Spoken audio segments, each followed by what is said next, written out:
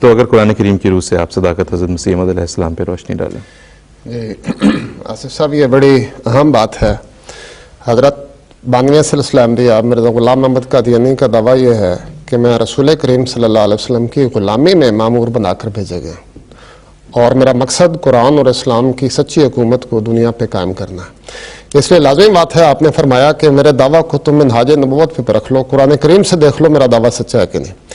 اب قرآن کریم سے جب آپ رجوع کرتے ہیں تو آپ کو پتہ لگتا ہے کہ قرآن کریم نے تفصیل کے ساتھ انبیاء کے حالات بیان کیے ہیں، وہ معیار بتا دیے ہیں جن پہ کسی بھی نبی کو پرکھا جا سکتا ہے.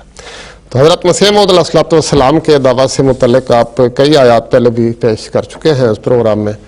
آج میں جس آیت کا ذکر کرنا چاہتا ہوں اس کا تعلق نصرت الہی سے ہے. یعنی اللہ تعالیٰ نے یہ قانون بنایا ہے کہ وہ اپنے رسولوں اور نبیوں کی غیر معمولی مخالف حالات میں مدد کرتا ہے، انہیں ترقی دیتا ہے، انہیں کامیابیاں دیتا ہے، اور خدا کی یہ نصرت ان کی صداقت کی علامت ہوتی ہے. چنانچہ سب سے پہلے میں سورۃ مومن کی آیت نمبر 52 پیش کرتا ہوں. اس میں اللہ تعالیٰ فرماتا ہے اِنَّا لَنَنْصُرُ رُسُلَنَا وَالَّذِينَ آمَنُوا فِي الْحَيَاةِ الدُّنْيَا وَيَوْمَ يَقُومُ الْأَشْهَادُ.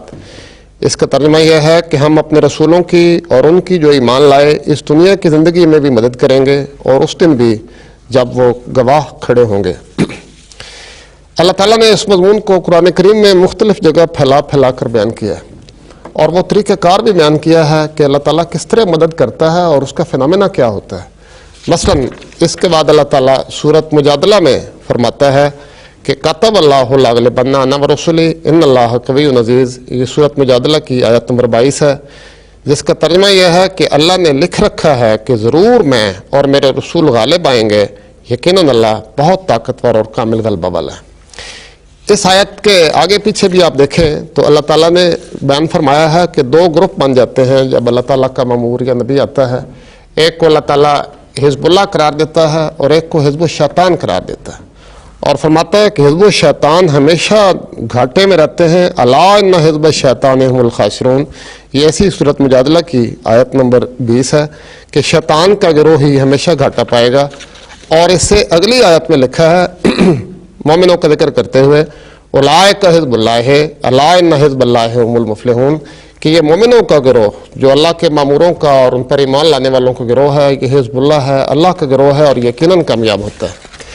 اس کے بعد اللہ تعالیٰ نے یہ طریق بھی بیان فرمایا ہے کہ یہ غلبہ ایک دن میں نہیں ہوتا، یہ غلبہ چند مہینوں میں بھی نہیں ہوتا، یہ غلبہ آہستہ آہستہ ہوتا چلا جاتا ہے. چنانچہ اللہ تعالیٰ فرماتا ہے افلا یرون انا ناتی الارض ننقصها من اطرافها افهم الغالبون. یہ سورۃ انبیاء کی آیت نمبر 45 ہے. فرماتا ہے کیا وہ نہیں دیکھتے کہ ہم زمین کو اس کے کناروں سے گھٹاتے چلے آتے ہیں تو کیا پھر بھی وہ غالب آ جائیں گے.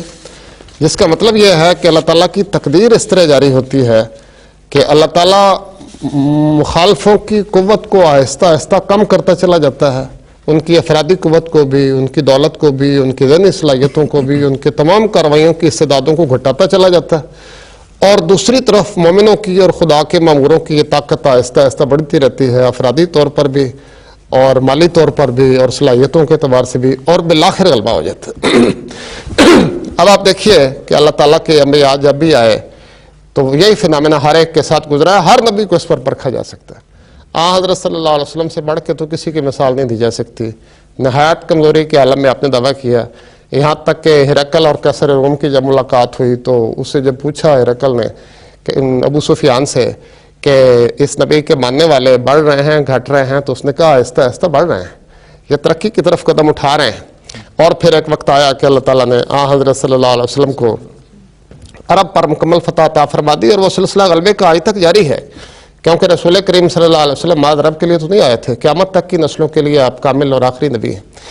اسی طرح حضرت مسیح موعود علیہ السلام کو آپ دیکھیں کہ آپ ایک نہایت کور دے میں، یعنی ایک تنگ و تاریک دیہات میں پیدا ہوئے جس کا نام قادیان تھا. اور جب آپ نے دعویٰ فرمایا تو آپ اکیلے تھے، تنہا تھے، آپ کے سارے رشتہ دار بھی آپ کے مخالف ہو گئے. تمام ہندوستان کے علماء نے آپ پر کفر کے فتوے لگائے، یہاں تک کہ عرب میں پہنچے اور وہاں بھی آپ نے ان علماء نے کفر کے فتوے حاصل کیے.